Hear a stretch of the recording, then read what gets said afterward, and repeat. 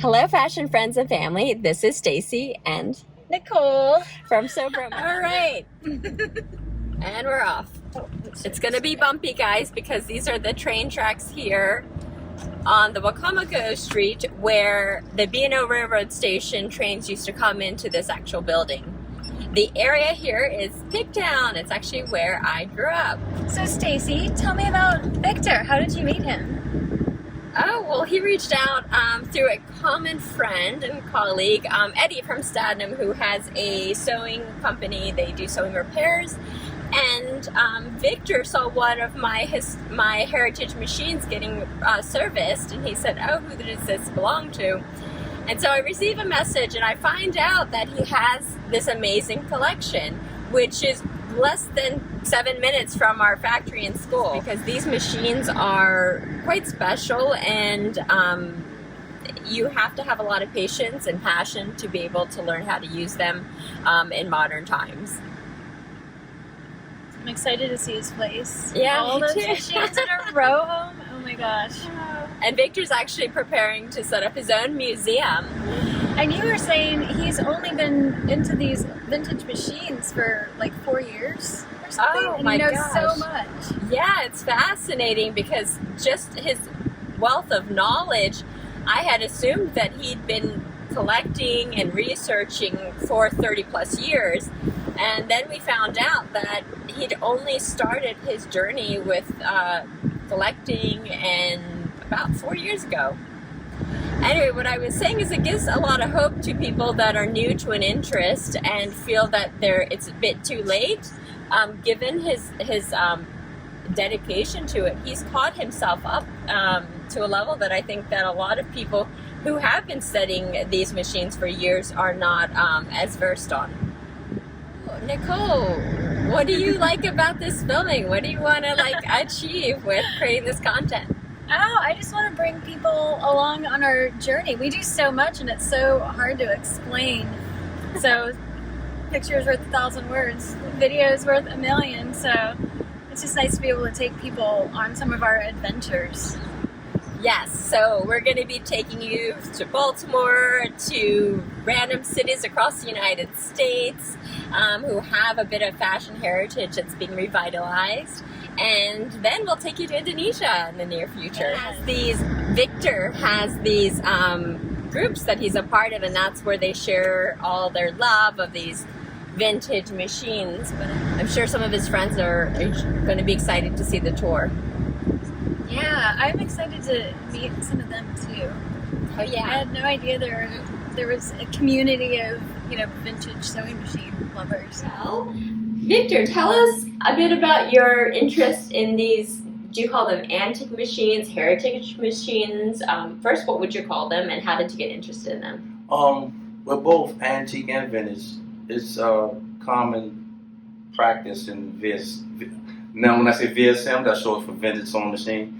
So the community of people that I'll call it the VSM community. Okay. So it's common practice in the VSM community to distinguish between antique and vintage, being they say antique 100 years or more and vintage 50 years or more. So I have some in both, of course.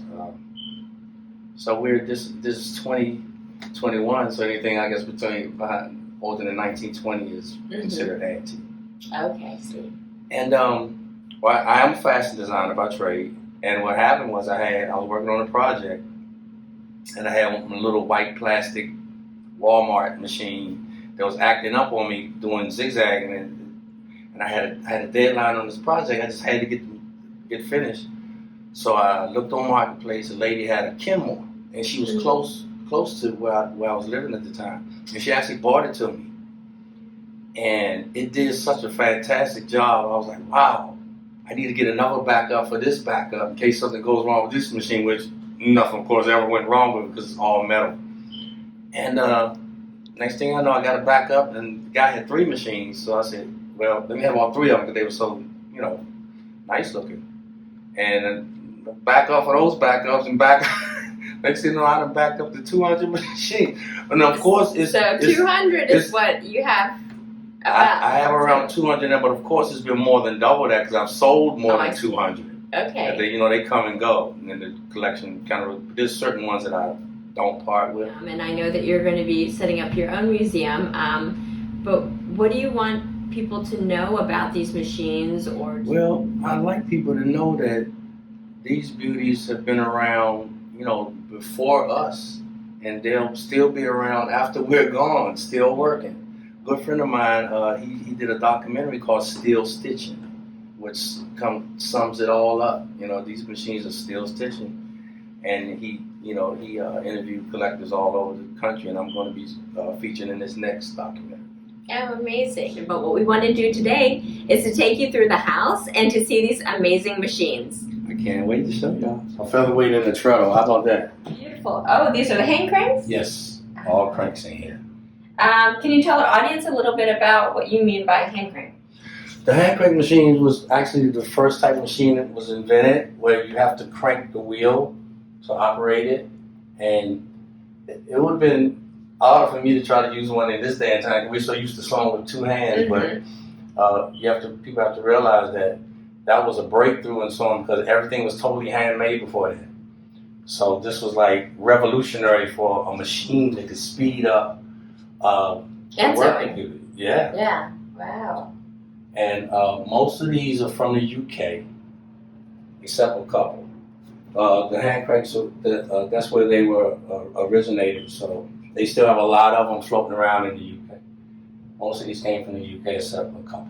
And they're so beautiful with the motifs on them. Oh my goodness, they're absolutely gorgeous. A lot of them I consider to be works of art. Yes, I agree. Just functional works of art. Mm-hmm. Yeah. Like this one here has mother of pearl laid in it. This is mother of pearl. This one's mother of pearl. This is a Jones. This is most of these have a very rare decals too. I just got this one. I haven't even cleaned it up yet. This has to be the most rare and special machine I have. It's a Singer 27 that they did for Queen Victoria's 60th Diamond Jubilee, commemorating her reign from 1837 to 1897. And then, as you can see, it has a picture of her emblazoned on the bed. Singer only made 100 of these. They didn't sell them. They gave the 100 away in a contest in 1897. And you had to go to the Singer centers in the city to see in their window who won. Of course, they didn't have internet and all this other stuff, but they did have. I have some copies of the newspaper articles showing the rules for the contest and everything. And there's only 7 known to exist out of that 100. I think this may be number 8. Wow. That I won at an auction in the UK. So the Queen's moved to America. Yeah, she was on her maiden voyage. She made her maiden voyage to the US. Oh, and she's here with us. This is a very rare model too. This is a Raymond Weir. They call this New England style, body style. It's so tiny. It's beautiful. So yeah, this is the crank room. I call this the crank room because I don't have nowhere else to put it. Oh. So I just slid it in here.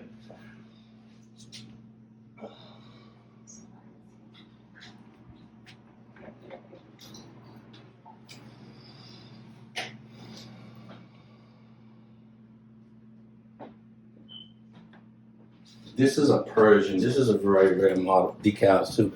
When most of them you think of rare, it's the decals. It's not so much the machine that is rare. So this is a 27. The Queen is a 27. A couple of them, they're all the same model, but the decals is what distinguishes them and makes them rare. I actually got this from Goodwill.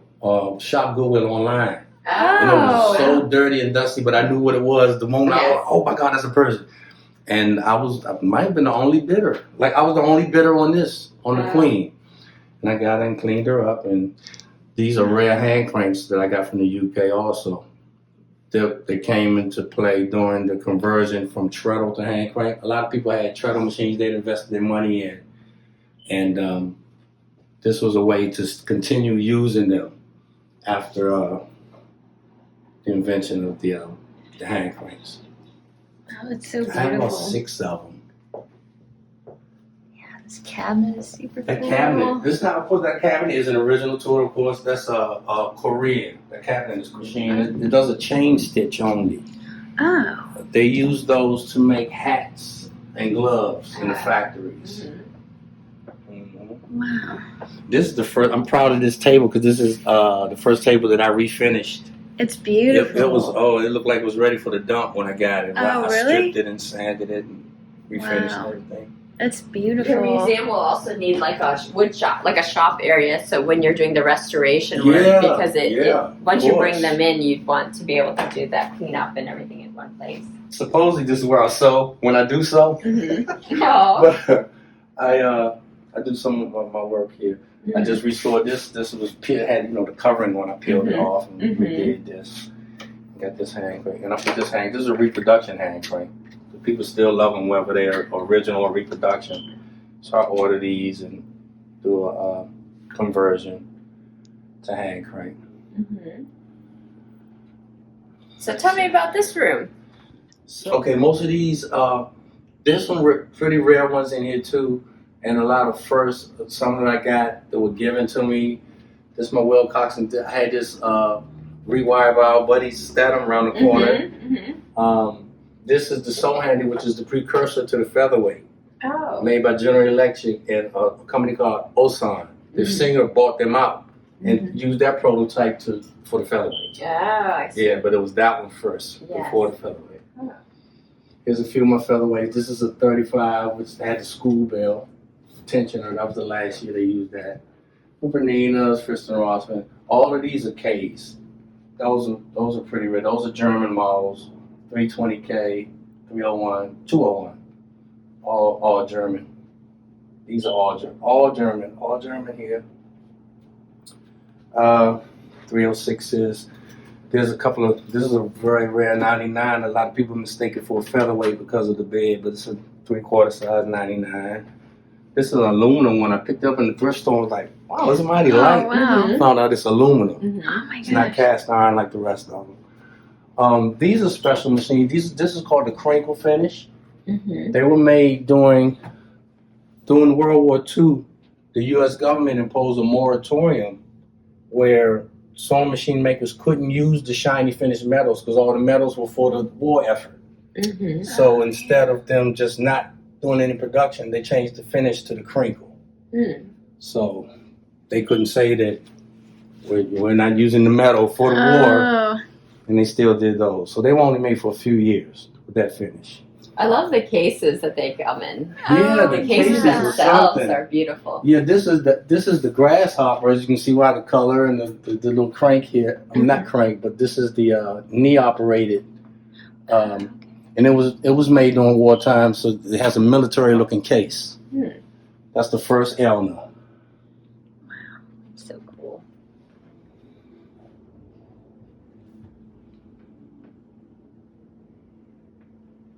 And did you get all these operational again?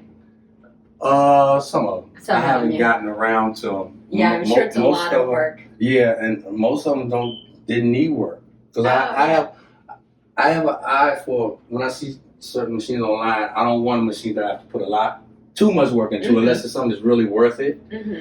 So I try to pick machines that's pretty much in good condition. I got it just because of that case. I just had to have that case because it was unique, and I found out that it wasn't an original single case. I already had a machine like that. That's the most I paid to have one shipped to. I had that sent from Washington. Oh, here's an interesting machine. It's an interesting story because this is called the Moldicott. It was called the Perfect Pocket Portable, Oh, wow. where it clamps to the table. It's an actual Oh working my sewing gosh. machine. No. And this is from around 1885. Wow. And it's an interesting story behind the company because they never really got the machines fully operational. But the way they marketed it, so many people bought them, and then the company just went out of business and they disappeared. Oh. Wow. Oh. Yeah. No. Yeah, so it was considered a scam. But so when will you stop collecting, or will you? What kind of a question is that? I'll stop collecting when the machines start collecting. Oh, yeah. Oh, what's the best thing that you've received from this journey of this love affair with the antique machines? Well, really knowing that people appreciate them. That's why I'm on a mission to get to the point where they can be displayed and enjoyed by the public, because so many people, and I always hear when people see them, the first thing they say, oh, my grandmother had a machine like that. I hear that so much. People always say their grandmother had a machine, so they can relate to some aspect. You were telling us earlier that you're a fashion designer Yes. by trade.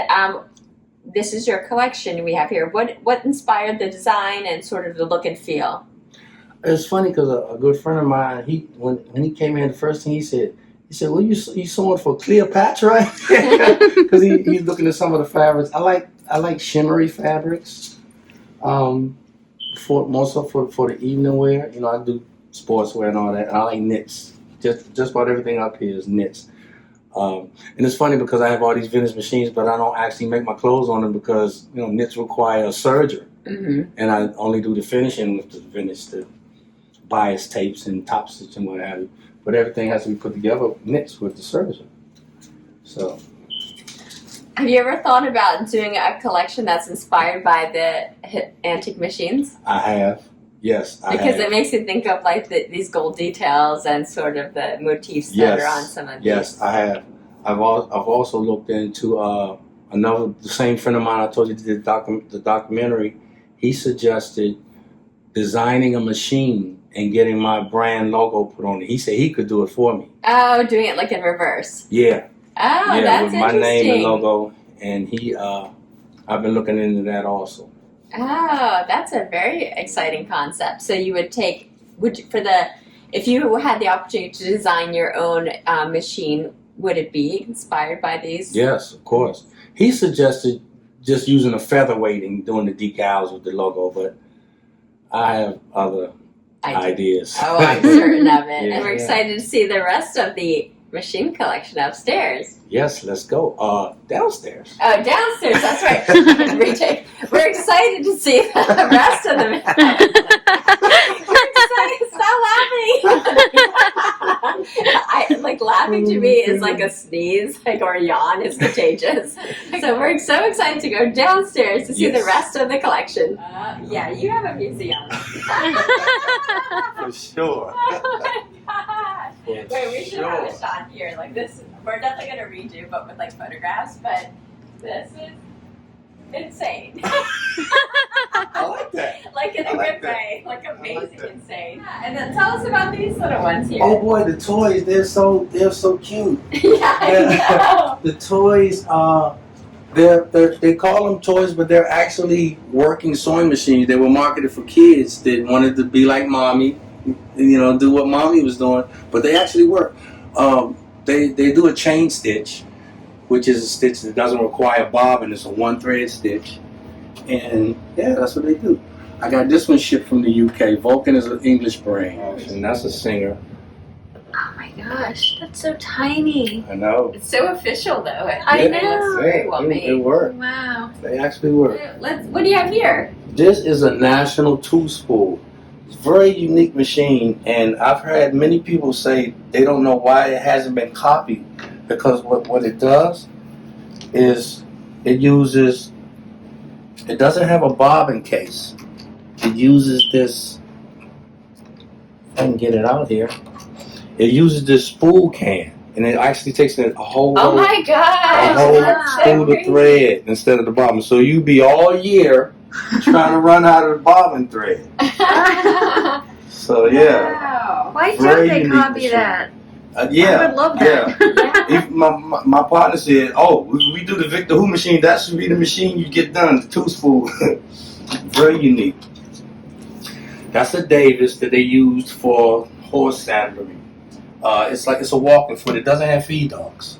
No feed dogs, but it has a double foot, like a modern day walking foot. This is a very special machine. This is a Singer 12 with mother of pearl inlay all through it. I took a ride for that one. Burn rubber. I like burning rubber for. I see machines. I gotta get them before somebody else beat me to them. VS3. Oh, the botanicals are beautiful. I haven't seen like this kind of roses on those. That's a VS3 fiddle base. This is called a fiddle base because of the shape of the bed. Oh, yeah. These are some pretty rare machines too. Both of these, owl decals and gold wings. You don't see those often. I got this one sent from Canada. This is the 9W. That is a copy of the Wheeler and Wilson D9. Singer bought the company, and they continued using their body castings. So that's the only Singer like that. Tiffany 15 is the red eye Sphinx. These are a couple of whites. White is the company I was telling you that had their own forest to grew the wood for their cabinets. That's amazing. Yeah, whites. This is a fiddle base white. This is a queen. This is the only fiddle base that white made. It's a queen. I call this German row right here in the middle, but these are all German machines. Oh, oh my gosh, the cases. Yes. Beautiful. The hardware, the trim, everything's beautiful on these machines. That's a Seidel Norman German. Look at this pincushion flip up Oh, here. that's so cute. Really nice. Wow. That's a German 411. That's another German machine. That's my Phoenix. That's beautiful with the woodwork yeah. That's how you can tell German machines like right away. A lot of the cabinetry had this inlay. That's another copy like the Singer W9 copy. That Will and Wilson was a machine that a lot of companies copied.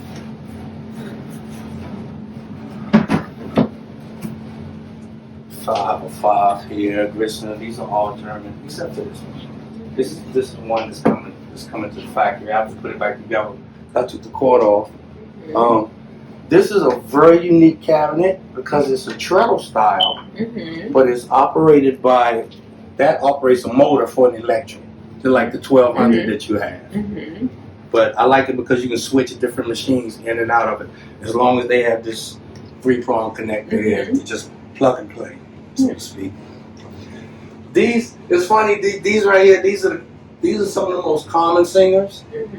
A friend of mine called these the youngins. A lot of them were the tan slam balls came out in the 50s, so they're like some of the latest ones that I have. I believe you have one of these in that case, the 15. You have the 1590 and the 1591. The 91 has the potted motor with no belt, and the 90 has a belt. What is this? That's a 66. This is 3/4 size 99. Singer made a 3/4 size machines that were smaller and lighter. 99. This is the 101. Crinkle. I told you about the crinkle finish upstairs. 128, 185. This is a special machine. You have one of these also, the 201. A Singer called the Rolls Royce of sewing machines, because this legend has it that Rolls Royce used this machine to put together the leather interiors of their cars. Great machine. These are 301s. They're very iconic with Singer also, because these ushered in what's called the slant needle, where Singer developed the needle is set in a slant towards the front instead of straight up and down, so they said it gives you a better view of what you're sewing. So this started the slant needle machines, and then all of these slant needles came after it. But this was the first in 1951, which was actually 100 years of Singer from 1851. So they were 301s, very iconic. 3 colors. I have another one somewhere. 401, 404, straight stitch only. This was called this one. This is the 403. The 404 was called the school. They used these in a lot of schools because it was a no-nonsense machine, good, hard-working machine. It didn't require much maintenance. This is just a zigzag version of this, the 403 and 404. This is the 500 Rocketeer. This was when they was doing a lot of the space travel during the 50s and going to the moon and all that. They came up with this shape and they called it the Rocketeer. Very cute. And we got some more over here. This is another German machine.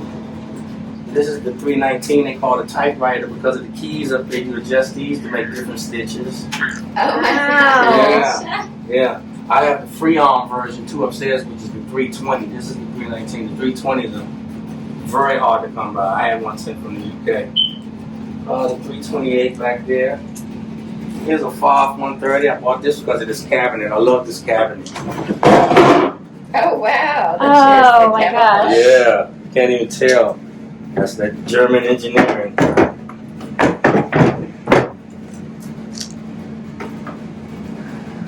the 223 over there. And here's Ugly Row. From here on back. These are some of the ugliest machines. Oh, I think this one's so cute. That is a very odd machine. It has like a bicycle chain belt. The belt is, let me see. It's like a bicycle chain. Oh wow. It's noisy. The parts are hard to come by. The needles are obsolete. It was just a wreck. But it's funny. Yeah, it's some fun collectors. They turn their nose up at it, but of course, for collector's purpose, I had to get one. It comes. You can take the back half off, and you see the skeleton, and it still works. Wow. Yeah. This was a curb find. Somebody said, "Hey, I saw it on the side of the road down the street. Go get it." I burned rubber. It was free, so I burned rubber.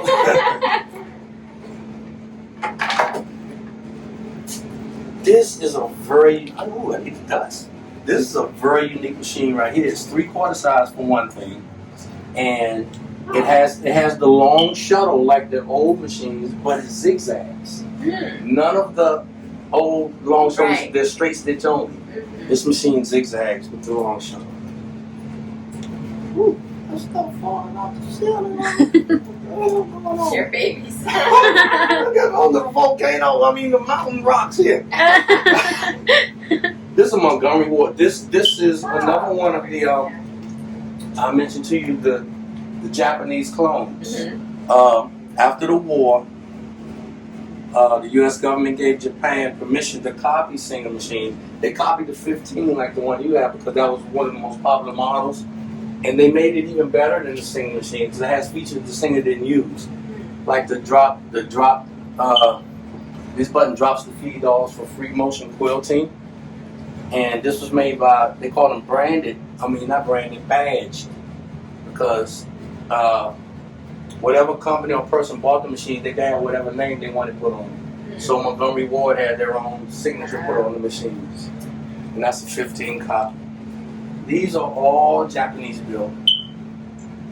Very, very strong, robust machines. This one, the ball of mag,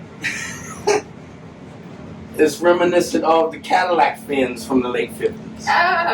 They did a lot of machines in the same colors as the cars in the 50s. Wow.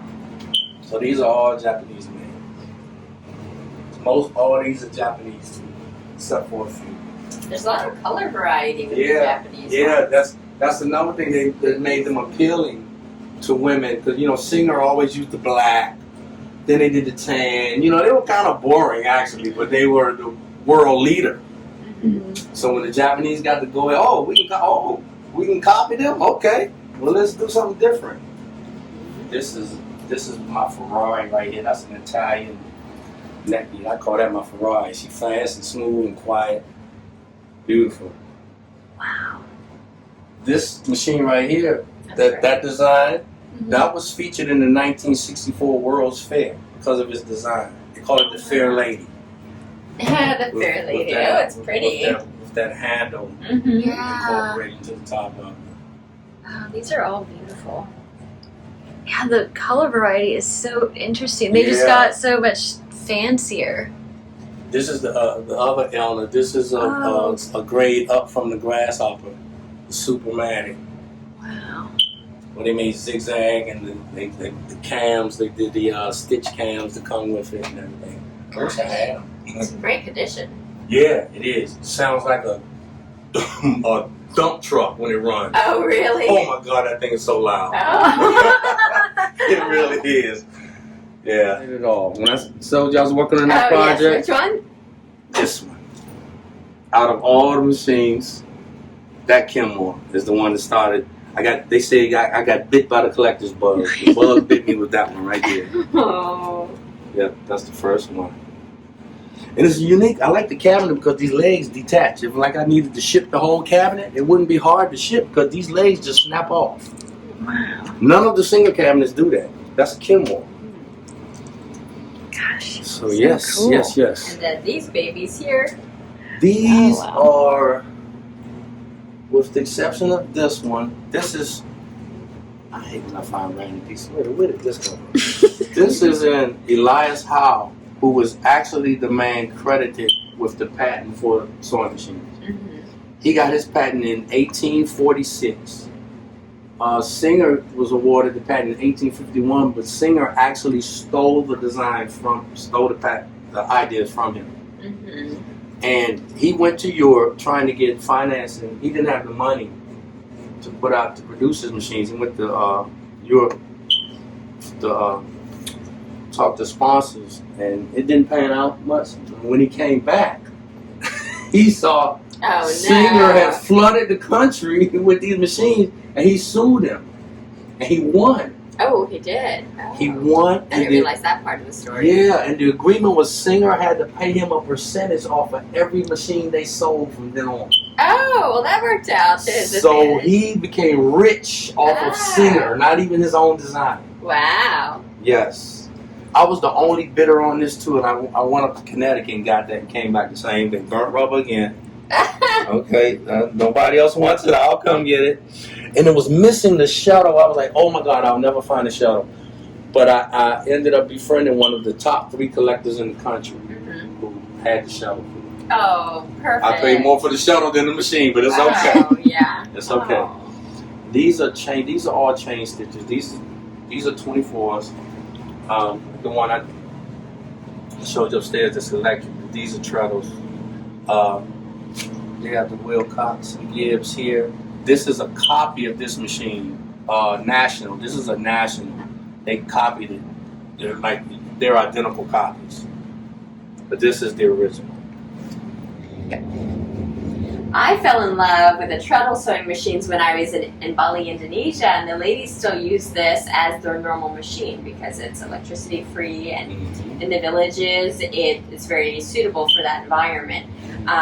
But although I have industrial machines and home sewing machines, there's something really beautiful about sitting behind a treadle sewing machine. And why do you think that it might be interesting for other people to begin a journey with an antique or historic machine? Because I mentioned it's much more effective to use the modern machines. They're faster, they can work with nicks, they can do all these things that these machines really weren't made for. So what would be the purpose of their role in society, really, as an actively being used machine? Well, what I've heard from several people that using the treadles is relaxing. The sound of it, of course, it's a different sound from the electric machine. To me, I guess depending on how much sewing you do, it could be some form of exercise as well. But they're just the whole thing behind them being non-electric. And I also know some people that do costume and they want to be period specific, and they do. I know this one. Well, I know a couple of people that do Civil War costumes, so they actually make them on the period machines, so everything would be, period specific and authentic. But like I mentioned earlier, so many people like the fact that they have they mentioned their grandmothers had these machines, and they relate on that level. And I met another gentleman who said he has a machine, and once he saw my passion, how much I love the machines, he was like, I want you to have her machine, because I know it's going to be in good hands, and it's going to be well taken care of. He said, I've been wanting to get rid of it, but I didn't know nobody he didn't want to trust his grandmother's machine with nobody. Once he saw me and I showed him my picture, he was like, wow, please come get my grandmother's machine. He was begging me, like, please, if I'm not there, my girlfriend will give you the machine, just come get it. And that made me, I was like, wow. that's special. Do you feel you've become a bit of like a guardian for these machines and creating this new interest that young people or people of different ages and from different countries, it seems, are becoming more interested in it? Another term we use in the VSM community is rescue. Yeah. It feels though that could be rescued. There's so many people throw them out in the trash, they put them out of the curb, they take them to the dump, they take them to the thrift stores, and when they can be revitalized and fixed up to put back in working order. And these were, these machines are all metal. And that's why I look at, I have a couple upstairs, all the way up to, Singer didn't start using plastic parts and gears until it got to the Touch and Sew 620. That's the transitional machine. Like you might find a 620 with plastic, you might find one with metal. Then after that, they're all plastic. So really, I don't want anything younger than the 620. And I don't even have a 620. I have the 603 and the 600. So those are all metal on back. And they came out in the mid 60s. So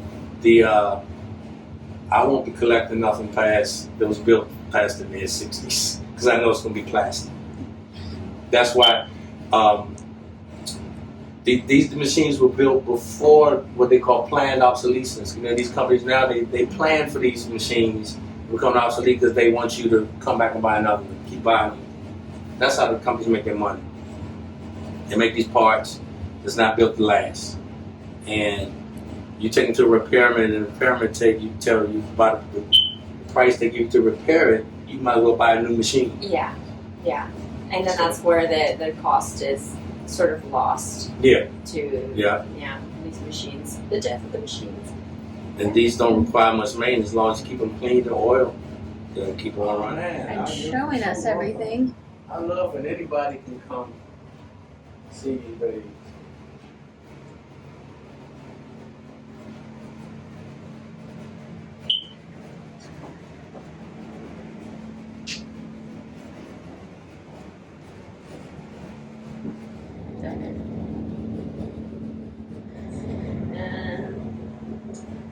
This way.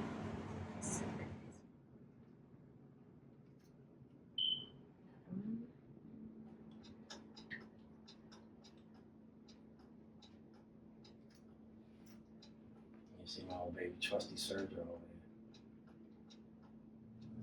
there. And these are called Lotus decals.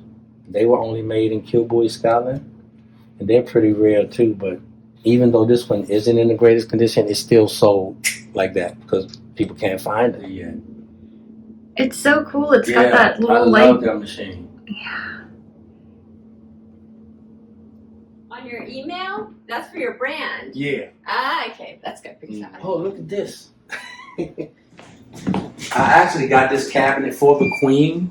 I wanted something regal for her. But it doesn't fit. The Queen is too big for it. Oh my gosh. That's beautiful though. So this is like the only machine I have that can fit in there. Wow. That is a beautiful cabinet. Yes, it is. Gosh. I saw that. I saw that's fit for a queen right there. Things that you can put a craft card and we can write the year and the name of the machine so it sits on the episode. And this is like the introductory episode of the collection. Looking at that. Wilson 3, which means it's the third one they designed. Gosh. That's from 1872. Amazing conditions. You don't want to keep moving the baby. So I have to do it like that, can't, because it says it doesn't go through that much until I find the source for the music. If I break the needle, I'm like, oh Lord. no. All right. Yeah. That was such an amazing tour. Thank you so much, Victor, for having us here. You're quite welcome. I'm glad to have you. Programming. What can we expect for some future videos? Well, we're starting out with the truck machine and the classes, and we'll be moving on to the hand cranks. We got the hand cranks coming up, and the featherweight, which is a specialized singer they came out with. Then we have the toys that you like so much. We have a few of the toy machines, and the Japanese HA1 machines. Okay, wonderful. Well, we will enjoy learning more about these beautiful machines, and we'll see you guys next time. Aw, What did you think? Oh my gosh, what an amazing collection. Oh my goodness, we're so lucky to have met him. I know. What a passion he has for it. Have you ever used a treadle machine, Nicole? You let me try one time and I had some difficulty. I sew a lot, but I'm so used to doing it on the industrial machine or a home machine. So it took a little bit to like get used to the motion of it. Yeah, and I was having trouble because I had been shown how to thread it once, and I have 2 different treadle machines. But when I was looking on YouTube trying to find the model that I had, it was a little bit tricky to find that. So I'm excited that we'll have an expert to be able to show people so that these beautiful machines get use and are not so scary. I feel like it's like going to be like never ending in a good way, like content. Yeah. There's so much fun stuff that we can capture and locally and when we travel in the US. Yeah, that was so interesting. He has his house set up like a showroom. I know. And to just learn about them and I don't know, people that have them. I mean, I can't imagine trying to figure out how to use some of those things because they're so different from what we have available now. Yeah. But yeah, having them like being able to teach people how to like wind the bobbin or thread the machine, it's gonna be great. Well, that's the sad part is that people aren't looking for like very complex things. They're just wanting to know how to do the basics. And when they can't do the basics on their own or through some YouTube videos, they just sort of get rid of them. Yeah. Oh, we should do an episode of us going to the fabric supplier in Sinking Springs, you said, Pennsylvania? Oh, yes. FabricMartFabrics.com. That would be fun. I love that. Do a little road trip there. Yeah. I'm just going to end up buying more fabric, though. I just ordered from them, too, like, late one night. You know how you do. Just got another, like, I don't know, some lace for a skirt and t-shirts and stuff. I guess we'll just have to be making more products and selling it. I know. Yeah, it's really like, you know, sewing is a really broad sort of, you know, interest. It encompasses a lot. So now we have, like, classes for hobbyists, and then we're going to have classes for the heritage machines that use them, and then the business side. It's really nice that we've started to, like, pull all these people out of the woodwork that were just kind of, you know, isolated before. It is, like, I think the story in itself, just coming back to, you know, having gone abroad and lived there for so long and coming back to, like, my childhood neighborhood and, like, doing the work that we're doing here, just sometimes it makes me, like, chuckle to myself. Yeah. Like, to bring, like, the world of fashion into a place where, I don't know, like, actually, you know, there are these preconceived notions about the city, and even now, having come back to Baltimore and do this work. But the crazy thing is that it's been local people that have said, oh, why would you come back and do this work here? Why wouldn't you stay in London or in Indonesia? It hasn't been the, you know, my international network that's questioned it. They think what we do here is remarkable. So it really is kind of a testament to knowing your worth and showing up to the world for it. Yeah. We are a fashion capital city. We're just deciding which one we are. Yes. Social impact and entrepreneurship. It will be exciting because I think most cities are trying to reformulate where they stand in the industry. Yeah, it's really cool to see that there is an industry here and a demand for it, and people who want to help build it, make it grow. And we've met such great people. Everyone, you know, everyone from Kavanaugh House to Victor Colvin to Mr. Gregory Hardy's from the original industry. It just keeps on compounding on itself, meeting more inspiring people.